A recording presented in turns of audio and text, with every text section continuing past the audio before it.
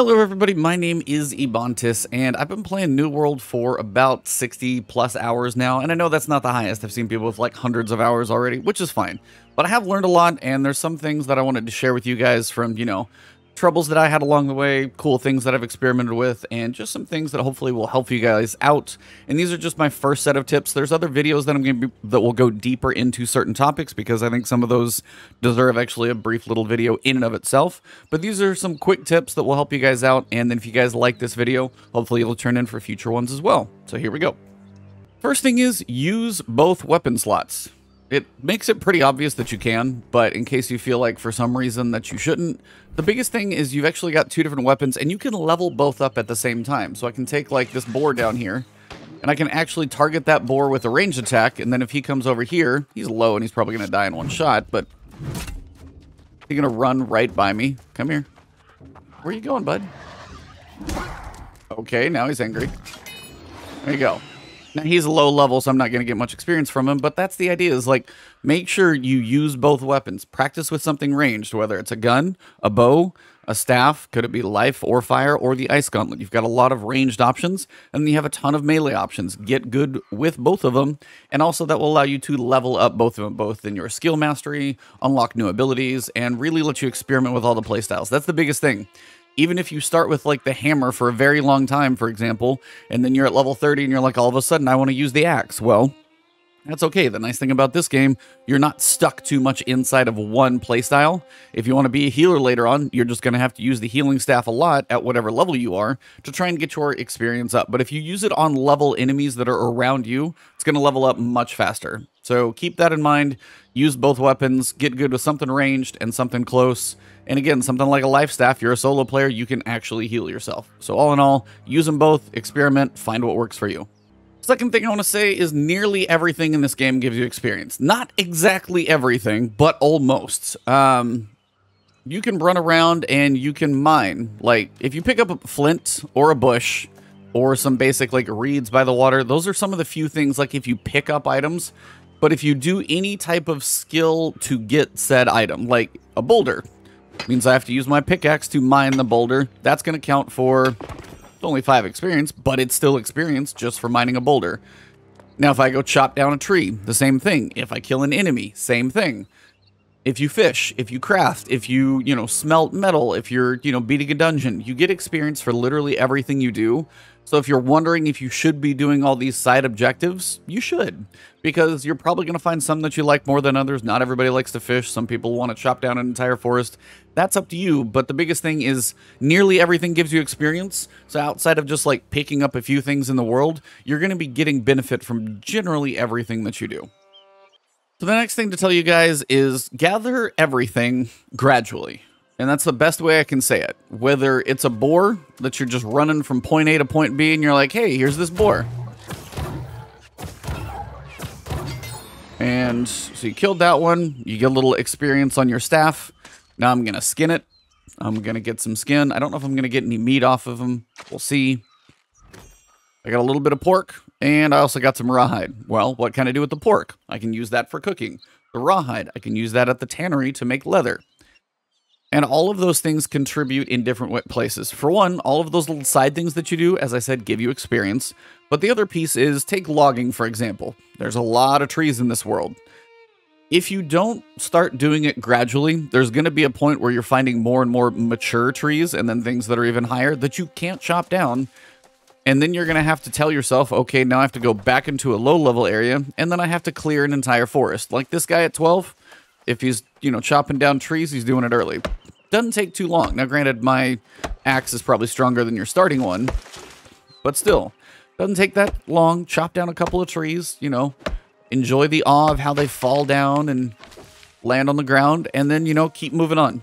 It doesn't take that long, but if you do a little bit of everything along the way, while you're leveling up, while you're doing different activities, while you're running between all these different places that you're going to be doing, you're going to thank yourself later, because what you're going to be able to do is, if you check your character and you can see trade skills, gathering, this is all going to get you experiences. Fishing is slow. I'm going to tell you that. Even if you're going to pick up quests, fishing is slow.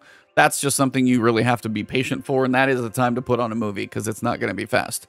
Refining is everything you're going to do that goes with gathering, and then crafting is stuff that takes a little more resources and a little more nuance to it, but generally all beneficial to you.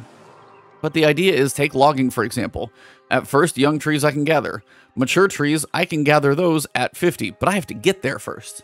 Then you've got wordwood at 100, you can track it a little bit higher, and then ironwood at 175. So you've got a couple different trees. But the big one for me was mining. At first, you're running around and you're like, cool, I can gather iron. Well, once you get up to level 25, you can track it, and it's actually going to show up. Like, you guys can see the hemp up there on my compass between 2 and 300. That's just because my harvesting is high enough that now as I'm running around, and if I'm close enough to it, my compass is going to pop up there and be like, hey, by the way, here's some hemp, which you're going to need for fibers and everything else. So the more you level up, for one, it gets easier because, okay, that tree shouldn't fall that fast. Somebody worked it 90% of the way down. I just want to say, my axe is not that powerful. That's just funny. But like hemp, again, running around using this. You're going to use this to make your bags. Bags are extremely valuable, which I'll cover in probably a separate video. But all this little stuff, if you see something, especially for harvesting and gathering, if you see something that sticks out, you're like, why is this pink stuff in the middle of this area? Go grab it, because it's probably something you can harvest. Or what is this discolored mushroom? Whatever it is, spend a little time, gather a little bit of everything, and you're going to make your progression through most of the trade skills a lot smoother if you do a little bit as you go. Because if you skip all of it early on, it's going to be really tedious to go back and do it. And the next thing I want to cover is the quest log, because for me, even at 28, this one I skipped like a huge piece of this early on, and it's using your journal to figure out your important things that you should be doing. There are faction missions. I'm going to cover the faction vendor in a separate video, but there are things that you can do both PvE and PvP there. And there's different faction vendors at each town, so you're going to be able to hold quite a few. Town projects, there are different things you can do, whether it's, you know, cook a thing, kill a thing, gather, whatever it is, there's a lot of things you can do. And those are actually things that I started to get distracted with, even side stories. The main story, I think I was 10 levels above the main story when I finally was like, all right, what do I really need to be? Oh, this. And this is actually what takes you into get your Azov staff so you can work into expeditions. I'm like level 28 and I still haven't done the first expedition, which may be okay, but generally, like, I should have been caught up on this quest. So use your journal and check your stories. Now, there's a couple of cool things you can do. Right now, Destiny Unearth, I need to search the Autorun excavation for a heart gem. And then after that, I need to talk to him. So if I view on the map, I know this is the Autorun excavation. I know because I've been here. But you can see Destiny Unearth right here. Search this one, and I can pin it. And that one all of a sudden turns into an objective on my map. You can see number 1 up there in the corner. I can get some contrast behind it. Search the Autorun excavation for a heart gem. And that's a really cool thing that you can do on the map. So I can come up here. Same thing here. Maybe I've walked up to this area and there's one of these blue things sitting here. It's probably like a side quest or even just something for, you know, a world thing. And if I want to make this an objective that I want to work on, I can pin this to my me. And now it's pinned, and I can see on the right-hand side, explorers needed. Search chests for fasteners at Canaan Tomb. Now, you may not know exactly that this is Canaan Tomb. I've been here before, so I've probably discovered this little piece. But even if not, head to the little dot. Now, there's a couple other things you'll notice about the map that are helpful too. You have a dotted line that's usually going to tell you where something is going to take place. So if this is in this area, probably stay within the dotted line, or stay within at least kind of a reasonable region. I'm going to use up here in Everfall as another example. So this is Salt Hollow up here. I was looking to kill wolves for fangs up in this region up here, kind of in this northeast corner, above the road, below like the line, and between the two rivers. It was like the icon was showing, like the little blue icon was showing up here. I needed to kill wolves. I needed to get a few fangs. And then I had somehow moseyed over here. Now, this is all Salt Hollow, and you'll notice the only places that are dotted lines are more landmarks. That's what those dotted lines are. But it was saying in Salt Hollow, I need to do it. Stay somewhat close to your icon. That will help first off. And then especially if the icon specifically has a dotted line that surrounds it, stay in there. So this one says search chests for fasteners. Well, if I'm looking at these tombs and it's all these little domes, I'm like, I wonder if there's some around them. Specifically this tomb right here, or whatever these domes are, not entirely sure yet. It's not even in the circle, because the little dotted line area. The main reason I know that, as soon as you crossed over, two things happen. You're going to get a big flash on your screen. You're going to see that I'm now in this landmark zone called Canaan Tomb. And also on the right-hand side, it's going to now highlight and keep it highlighted the quest that I'm working on that is in this area. So pay attention to both the area that you're in and if your quest is highlighted, because then you'll know if you're in the right area to find what you're looking for. And the final thing is you're going to have plenty of quests, it's an MMO, that are going to say, go here, kill certain things. Go here, find these things. Well, in this game, there are a lot of things that are, go here and search chests. And the chest can be basically anything that is considered like, you know, a cache, a chest, a provisional cart, whatever it may be. It's something that you can search. But they're all over the place. Sometimes they're hidden in little tents. Sometimes they're in buildings. Sometimes they're out and about. Whatever it may be, they can be anything. This one says supply cache. They could be anything. But if you're looking for it, you'll notice it's got that little flickery glow on it. Just sometimes it's a little hard to miss. So my advice when you're doing this, if you're going to search an area, try and make it methodical to some level.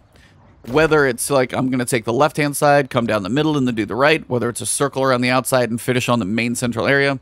Just be a little methodical in your searching for your quest chests. Because if you don't, you're probably going to go on a weird path, miss a couple. And sometimes I swear there may be 12 in an area and you need 11 or all 12. And if you miss one, it can be a pain in the butt to find.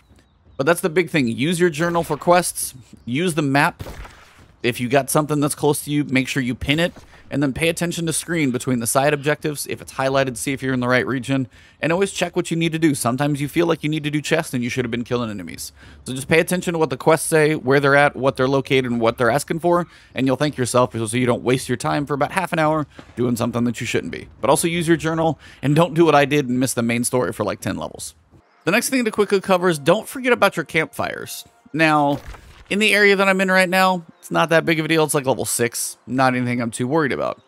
But if I go explore this area, it's level 21. Now I'm level 28. I should probably be okay at this point. I'm pretty comfortable. But if you're ever getting into an area that might be a level or two above you or near your level and you feel like you're struggling, before you run into that area, just remember, it's going to teach you how to make a campfire early on.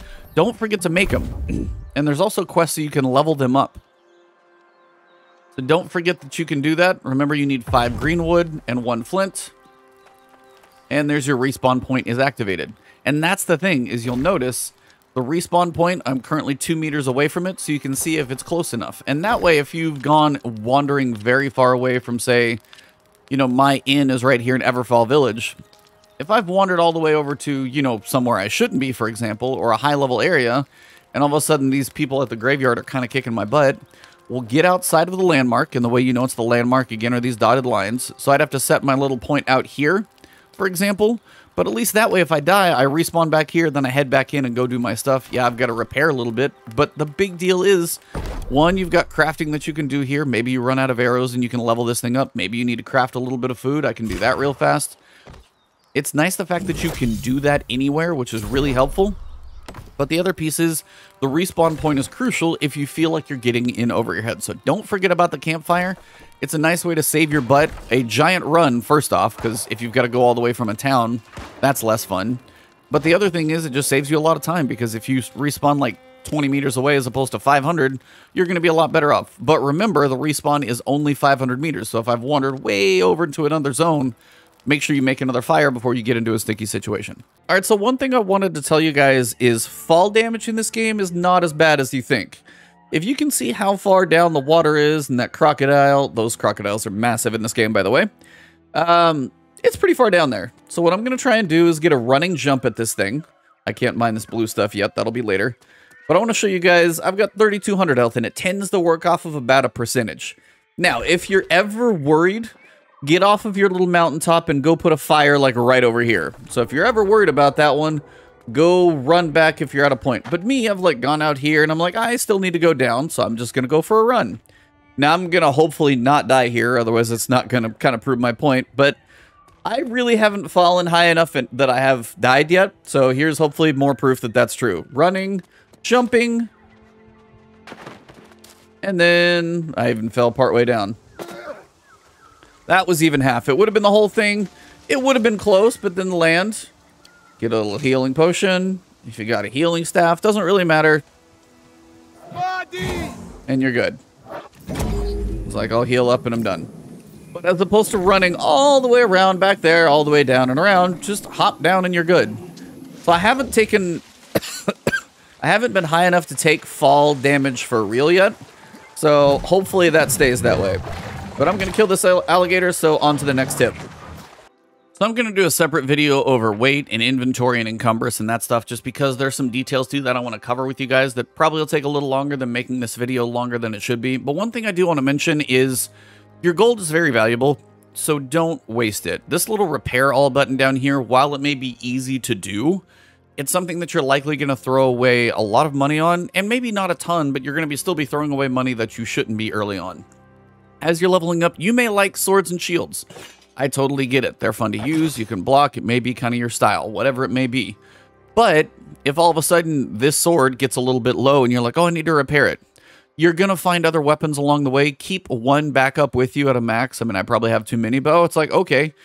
As you can see, this axe, which sometimes you'll pick up an axe and it's actually somewhat low health. So you might need to repair it, you think, to use it. Well, no, just use it until it's done, get some skill with your axe mastery, and then move on to another weapon. As you're leveling up, especially like even from 30 and below, nothing I have right now I'm going to keep. At 30, you're probably going to, things are going to go a little slower, I'd imagine. So you might hold on to stuff a little while. You may be a little deeper into a playstyle. You might have a life staff that actually has good stats, maybe a good perk in a gym. You want to use that for healing friends in a dungeon. Those pieces I get at a certain point. But when you're level 15, nothing you have you're going to hold on to for very long. You're going to outlevel it, so please don't waste money and repair it. Because when you have to buy houses and other things later on, you're going to want your money. So save your money, don't repair all. The only thing that I would recommend repairing as you go, once you get up to iron or then even steel tools, repair those, because, and make sure you're salvaging enough stuff as well. Because say if I salvage this thing, I will get 3 repair parts. I get a smidge of gold. It's not a ton. But the whole point is the repair parts, and those you do need to keep for later on in the game when you do get to a point where, say, you die a couple of times in a tough dungeon and you've got to repair your gear, or you're out there, you know, clearing an entire forest with your axe, and all of a sudden this thing is out of gas and you need to repair it so you can log more. Those are the times you want to make sure you can repair, hence why you need these repair parts. But other than that, like if I go to repair this thing right now, it's going to cost me 1.58 coin and a repair part. That I know I need to do. But do I need to repair an axe for 14 coins and 4 repair parts that I'm probably not even going to use after a little while? For one, it's green and I'm about to outlevel it anyway. No. So please, don't waste your money where you don't need to. Don't waste your repair parts. You can probably salvage, like just before it falls apart, just salvage it. Take the repair parts, take the little bit, and save your money. Please, don't waste your money. It's valuable in this game. The next thing, I know this sounds simple, and it's water. Especially early on, depending on when you find this video, water's a very valuable resource. And you're going to find it all over the place, pretty easy to spot on a map. You're probably going to need fresh water for what I'm telling you, because I don't think salt water is going to work. But if you find any blue lake with fresh water's easy to pick up, for one. So if you ever need it for a quest or anything like that, literally go find a body of water. You pick up like 10 or 11 at a time. Pretty straightforward. That's easy. But water also does a couple of other things. Water, for one, it's going to be used to make these potions and a lot of arcana stuff. So you're going to use water for a lot of, like, you know, potion crafting. But the other piece is, guess what? I can move it right here and I can actually just drink water and I can get some health. So early on, if you're looking for, you're like, I don't want to spend money on healing potions, but I need something on me. It's not going to give you the most health in the world, but I can tell you it's better than having nothing with you early on. So water is one of those things that you'll notice is pretty easy to find. Go find some blue on your map, go find a river, go find a lake, get some water, store it up. And it's like a quick little healing potion. You could use it between fights. It costs you absolutely nothing. And you're going to be using it for, you know, potion crafting and everything else that you do. You're going to be using it plenty. And sometimes you need like, hey, I need like 150 water for a quest. Go out, collect it 15 times, head back, you're done. One of the easiest quests you'll ever do. So water, fairly valuable, free healing resource early on. And in a pinch, you know, if you run out of stuff, it might help you survive a little bit. So don't forget, water, still a good thing, even in the game. These are a couple of bonus tips that I wanted to give you guys. One of them is if you have spells, it took me a little bit to figure this out and chat told me quicker than I could find it. If you are using healing, especially if you have a life staff on you, not a bad thing as a solo player to have as a backup weapon, and you need to cast a self-healing spell, hold the left control button, and then cast it, and you're going to heal yourself. Same thing, you're going to cast like a healing orb on your area as well. So hold left control when you cast spells if you want to cast them on yourself. It took me a little bit to figure that out. Second bonus thing I wanted to tell you guys about is Autorun. Just don't forget it, because You can have some really long walks, and the nice thing about Autorun, the way this game is designed, is if you can kind of see where you're going, you could actually like pull up your map, you can check chat, I can look at my journal. As long as you don't, you know, completely run into like a fence or something, it'll actually auto-run you over fences, but if you run into certain things, you will get stuck. For example, I'm actually running over everything I'm bumping into, but the idea is if I know I want to go straight, I'm like, okay, while I'm running, I got to check my quest log, let me see my character, whatever it is you want to do. You can actually do that while you're running. So don't forget about Autorun. I know that's probably something most people know. Just don't forget about it. It's really helpful. The last little bonus for you guys is a couple things in every town that you should probably check. One of them is basically in every town, you just have to figure out where it's at. And it's this. It's the honey little, kind of basically honey beehive. And you can just take the honey. You can do this probably every hour, and you'll get a little bit of honey from it. And you'll use that for crafting and cooking and other things. So that's one. The other piece, every town is going to have a supply cache. And it depends on the town and which one has what. But you'll notice this is a fiber supply cart. I cannot gather this because I am not in the faction. If you notice, I'm currently in Syndicate right now, so I could gather in the 2 purple areas. The Marauders, who are the green one, they're in the faction where they could go to each one of these towns and pick up whatever the town supply is. So it is advantageous for you to be part of the, you know, winning faction, which is why I'm very curious how they balance this one out, because I feel like the Marauders right now are sitting pretty. But that being said, if you're of the right faction, don't forget to pick up your supply cart, because you're getting something the other 2/3 of the population cannot. So enjoy it. Final little bonus tip for you guys is about bugged harvesting or pickup items. Sometimes there could be a piece of ore, a tree, whatever it is that is bugged, and it looks like you can pick it up. It's going to say fronded petal cap. It's going to show your harvesting icon, but you go to click on it, and it's just going to give you this little bug. It looks like it should be collectible. It doesn't look like it's been harvested yet, but for some reason, you click on it and the animation never starts. That's because it's bugged.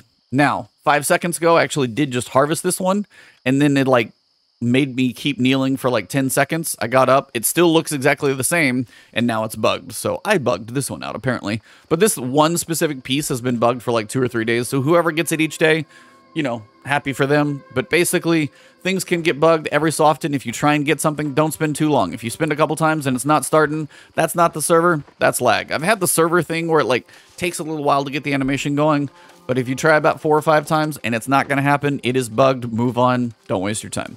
And those are just some basic things that I've learned as I've been going through. You may know some of them, you may know all of these, you may have learned a couple things. So if you did enjoy the video, please drop a like below. If you've got a comment of one thing that you've learned in your playtime that you'd like to share with everybody else, maybe I'll compile those into a separate video and shout each of you guys out if you do. So if you got tips for everybody else, drop those below. If you enjoyed the video and you want to see more New World coverage from me, hit that subscribe button, hit the alert bell. Hopefully my videos will make it to you. If you guys are new to the channel, you guys can also find me over on Twitter at Ebontis for streaming, on twitch.tv/Ebontis, sometimes also right here on YouTube.